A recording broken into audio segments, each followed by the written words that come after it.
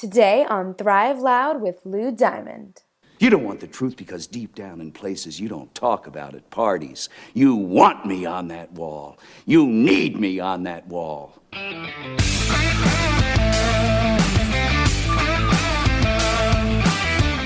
It's time to take an inside look at those that are taking their lives, their businesses, and their passions to the next level. Get ready to thrive loud with Lou Diamond. Welcome, everyone, to another episode of Thrive Loud with Lou Diamond, connecting you to the most inspiring and amazing people that are thriving each and every day. I'm your host, Lou Diamond. Today on Thrive Loud, we have an award-winning political consultant and CNN contributor. He is a sought-after advisor and campaign consultant in his adopted home state of Alabama and throughout the country. He is also the host of the Now More Than Ever podcast. I'm excited to have this conversation. Now more than ever. Thrive Loud listeners, David Mowery. David, how are you today? I'm great. How are you, bud? I am spectacular. We've connected on a very cool platform we're going to share in this conversation.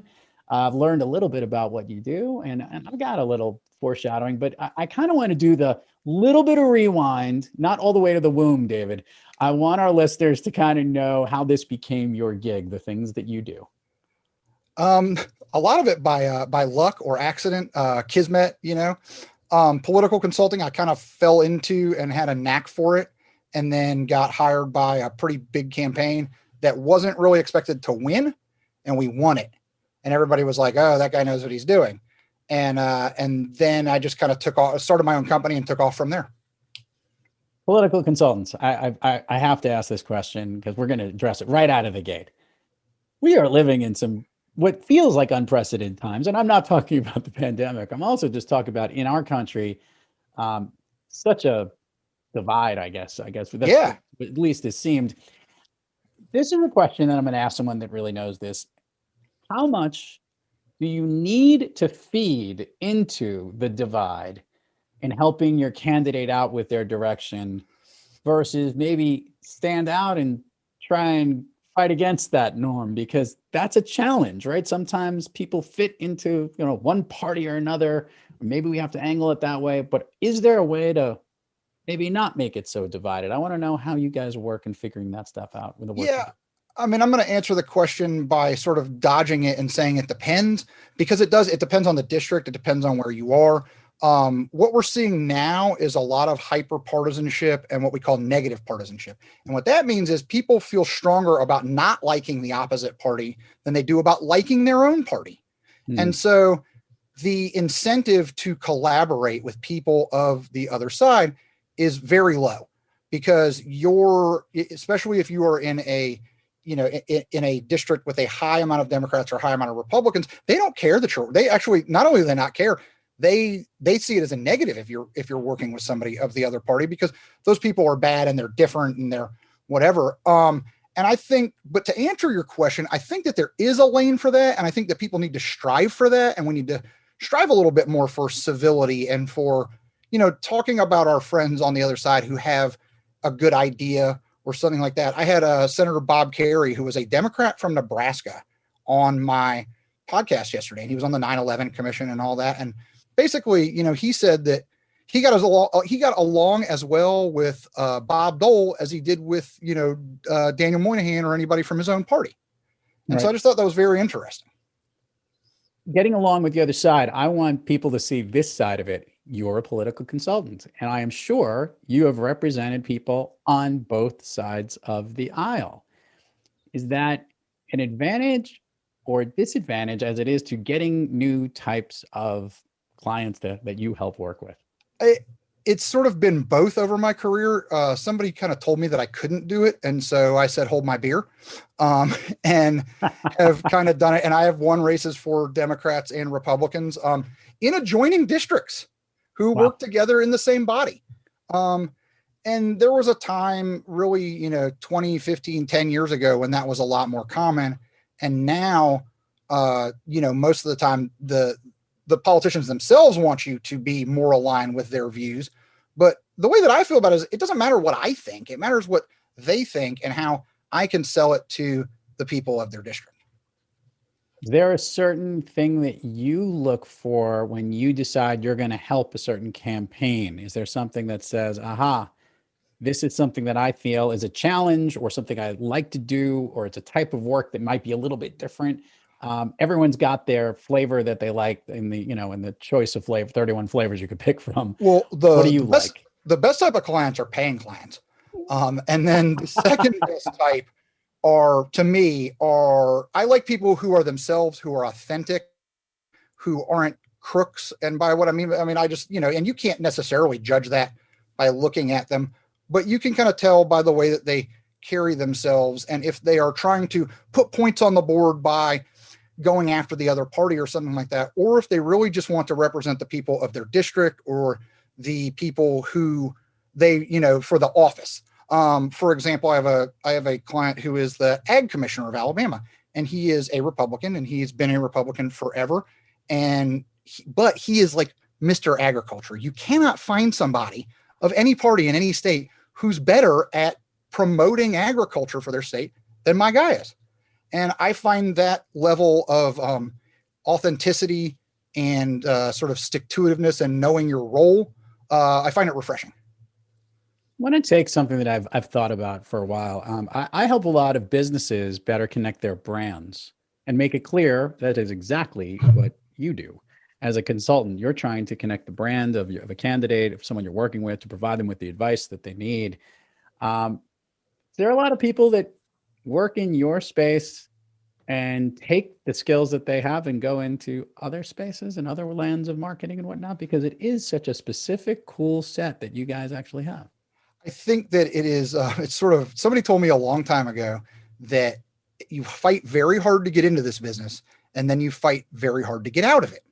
And I find that true because it's a grind, and because a lot of the stuff that you do or brands do, you have a team to do it. We kind of all tend to have to do it alone or find ways to do it on the cheap. But we are expected to bring the best in class.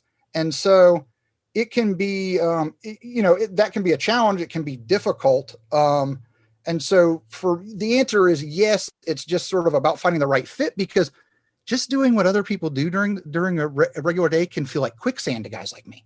Yeah. Because it's always so rapid fire, and every day you have to be putting a number amount on the board for money raise. You have to be doing press hits. You have to be doing meet and greets, all that type of stuff to sort of quantify who your voters are and who's going to support you. And it's a zero sum game. On election day, if you don't win, the business shuts down. Everybody goes home, and the consultant's an idiot. And so, but when you win, it's because you had a great candidate. Right. It's like it's like being a caddy. Yeah. The caddy's fault if something goes wrong, and the golfer had a great round otherwise. That's right. Yeah. I like to look at it that way. Now more than ever, what was the impetus of creating this podcast program you have brought to life? I wanted a creative outlet, and I've wanted to do it for a long time. And it was sort of, how do you build on the brand that I was kind of presenting when I was on CNN, of the guy who knows what he's talking about, who represents the South well, who's not necessarily super partisan. And really, it's to talk to people who I find interesting. So this week I've recorded with a Harvard professor, a former senator, and a guy who's in a band that I like, the Future Birds. And so, we come out once a week, and we had a legendary political consultant, Bob Shrum, on this week's show. Oh yeah. Awesome.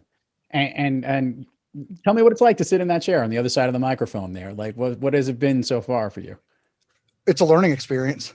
You think that you're prepared for it, and you think, oh, it's easy. And then you get into it. And if you don't have your questions sort of charted out, you might miss one. If you do have them charted out and they take the conversation somewhere that you weren't expecting, then you have to be able to adapt to that and really kind of, play off what they're doing. So it's a lot kind of like when I used to host a radio show here, or co-host. And I say that I'm kind of like a jazz musician or a member of the Grateful Dead. If you guys lay down the pocket, I'll come in like Jerry and solo over the top. I like it. Producers, get ready for that stuff. We're allowed to play that music when we can. Just remember for the openings. That's my hint to the team, so Yeah. they know it. I actually think it's really interesting because you provide information to people, and what I think you're going to learn the more that you do now more than ever is that you are going to get spoiled on that side, because the wealth of information you get to sit on this side as the host is unbelievable. It's just almost like drinking from a fire hose and getting all these different opinions and whatnot from all these great people. Yeah, that's for sure. And the diversity of opinion. And the thing that's interesting to me is a lot of times you can come into it with I think this is what this person is about. And then they're kind of not necessarily like it in the way that not that they're different, but they're not in it in the same way that you assumed. Yeah. And I like to over prepare. I think over preparation is as important as preparation. So like if my guest has a book, I read the book, that kind of thing. And they find that sometimes they're thrown off by that. I think a lot of times they don't expect. Bob Carey yesterday was sort of blown away that I had read his book.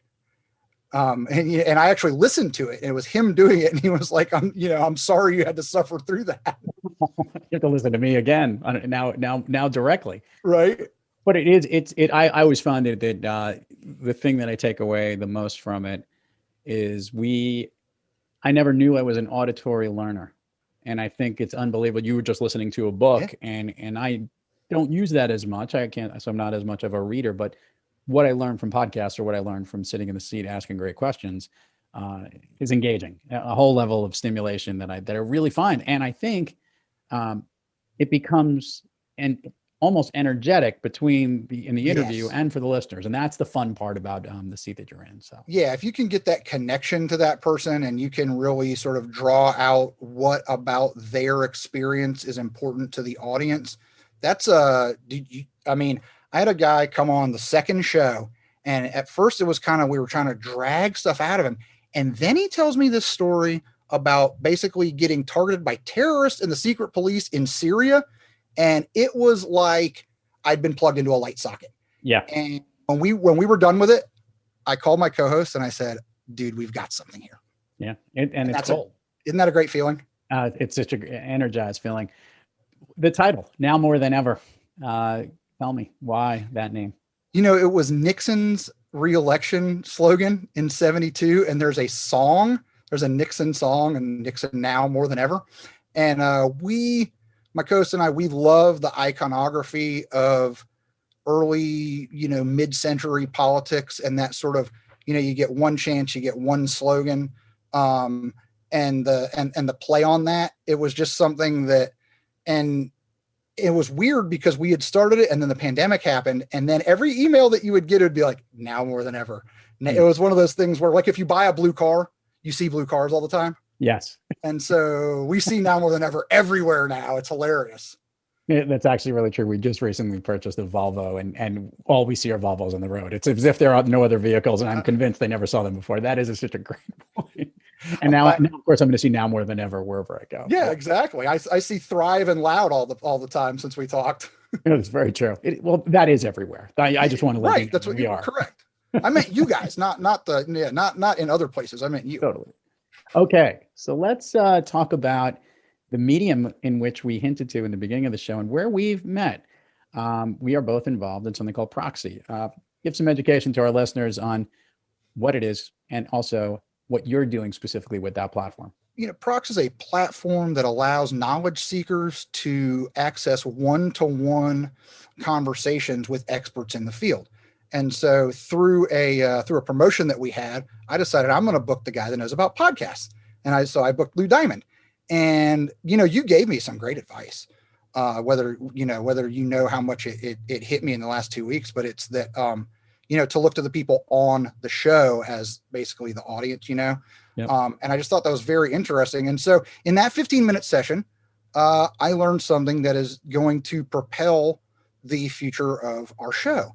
And so the people from Prox, and so there are pros, which are guys like me and you, and there are seekers, which are knowledge seekers, and they come to the site, and we have people that do everything from like yoga to life coaching to diet to political consultants. And they saw an opening, and they, through a referral, a friend of mine said, I think this is something, I've been kind of talking about wanting something a little bit more than just working directly for these candidates or whatever. Right. And so we had a conversation, and what the thought is that, if you're running for, I don't know, Etowah County Commissioner or something in Alabama, or, Schenectady City Council or something in New York or whatever, you might not be able to pay the freight for a guy like me or a guy like Bob Schrum or whatever.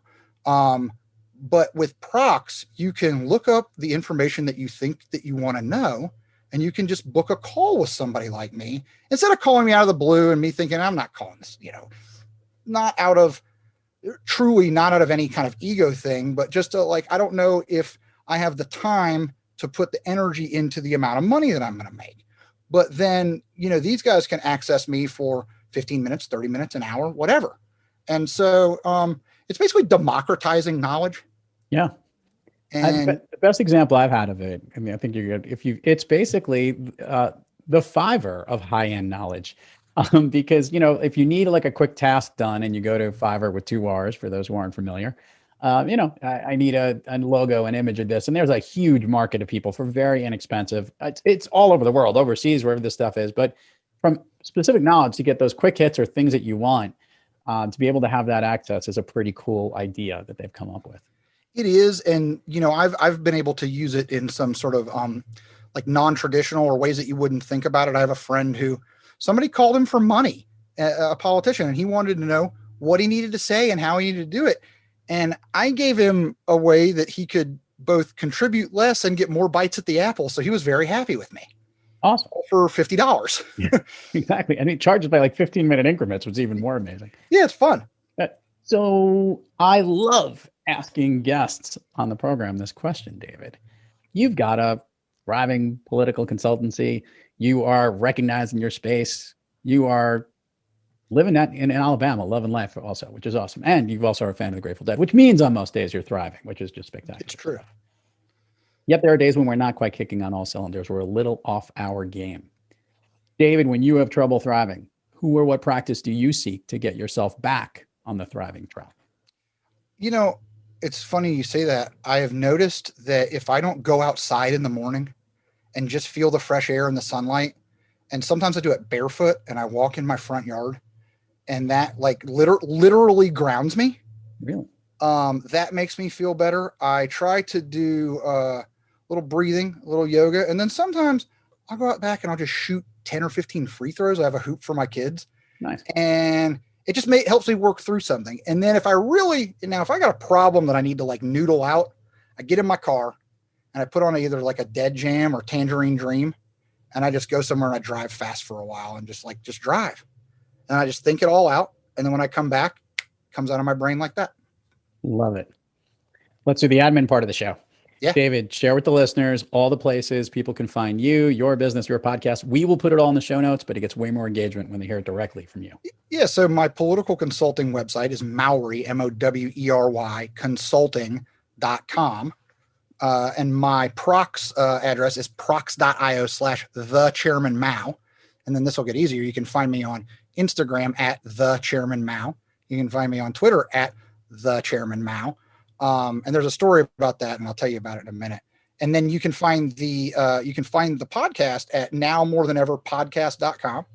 And we are now _more_than_ever_pod on Instagram, and now more than ev and the Roman the numeral 2 for Twitter, because I guess they were taken or something, and that was what they gave me. That is spectacular, by the way. I do want to hear. Tell me about Chairman Mao, where that came from. Well, Mowery, obviously, right? Yes. And my granddad, his friends, when he was in the army in like the 50s, they would call him, Chairman Mao, as a play on like, the guy from China. All right. And so when I was on my 30th birthday, I'm holding up my watch. You can see it, Lou. And this is the watch that my granddad bought when he was in Vietnam. And my dad gave it to me, and he said, here's your granddad's watch. He was the chairman. You're the chairman now. I just had a flashback to one of the Kill Bill movies with the watch and where it went. It's a part of the world. Yeah, I know, right? This was not there, You have no idea where this watch went through. Private Doughboy. Exactly. Okay. Ready to go down Fun Street with me, David? Yeah, I think we're going to have fun. Chairman Mao. Love it. The way this works, let's start off with the first stuff. You can share with the listeners what you shared with me. What is one of your all-time favorite movies. A Few Good Men. Why does that movie connect so much with you? Because deep down at places you don't like to talk about at parties, you want me on that wall. You need me on that wall. Who's going to do it? You, Lieutenant Weinberg. Jack Nicholson brings him and Tom Cruise are just like eating scenery in that movie. And it's note perfect. Every single part of it is just, when Tom Cruise goes to the closet and he sees that all his clothes are in there, and then he draws it out of him, and so if you gave an order and your orders are always followed, then why did Santiago have to be shipped off the island? Why was he in danger? Grave danger. He does. It's really. Is there good. Any other kind? What I love about that movie and that dialogue scene, and this is a shout out to Bill Simmons' podcast, the Ringer and the Rewatchables. The Rewatchables. I haven't missed one, by the way. They need to have me on there. You could be one of those guys. Just call in. Maybe someone will be out that day, and you could be a fourth on their team. They did such a spectacular job in highlighting, first of all, how good Tom Cruise was in that scene, because we all know how good Nicholson is, and it's incredible. But Cruise is going 110 miles an hour, and he's showing this. My favorite is when his hand is shaking. I was just going to say, when that's my favorite. He drinks the water. Yep, it nails it. It ties everything together. And you see Demi Moore, and then you see what's him. Don't do it, and he goes ahead and goes the direction. It's really good courtroom drama. Oh, it's one, and even Weinberg is. He's Kevin Pollak is bananas in that movie. Yeah. Because here's the thing, neither Lionel Caffey nor Sam Weinberg are lead counsel in the case of the United States versus Dawson and Downey. I think you might have seen that movie 100 times. Would that be accurate? This is probably. I think the only one I've seen more is probably Goodfellas, but Yeah. Team, note to team that we need to now incorporate Few Good Men quotes involved in this thing. Okay, it's going to be a phenomenal episode. All right, we're going to do the speed round right now, Mal. All right. And the way this works is I'm going to ask you something. I want the first thing that comes into your head. These are things that lift you up, make you feel good, elevate you, make you thrive. Basically, more or less. Right? A song you love to hear, or one that pumps you up? Oh, it's by Juice WRLD. I was just listening to it. Oh God, hold on. Because I listen on Spotify. I can never remember the names of songs. Yeah, that's true. And it's my kids turned me on to it because I'm that old now. Armed and Dangerous by Juice WRLD. Okay. A favorite food that's not a dessert? Steak. Favorite dessert? Creme brulee. An activity you wish you did more of? Exercise. An activity you wish you did less of? Stared at my phone. If I were to snap my fingers and you can go anywhere in the world, where would you be? Australia. Any specific part? I've never been, so I don't know, but where the Opera House is to start, right? Sydney? Sydney, that works. Last question here. This might even take us out. Grateful Dead tune of choice that you like to listen to that's fun more than, pumping you up type thing. I really love the version of Passenger on Two Terrapin from 77. I think it's like 5/8/77 or right in there. And it's not like the most Grateful Dead jam, but it's like, it has this energy and this passion. And then Jerry goes in, he just takes it to the stratosphere. David Mowery, Chairman Mao. Truly a pleasure to have you on now more than ever. What an episode. Absolutely spectacular. Thank you so much for coming on Thrive Loud. Love it. Thank you, sir. And to all our listeners out there, thank you for joining us. And until next time, keep thriving onward and upward. And remember, be brief, be bright, be gone.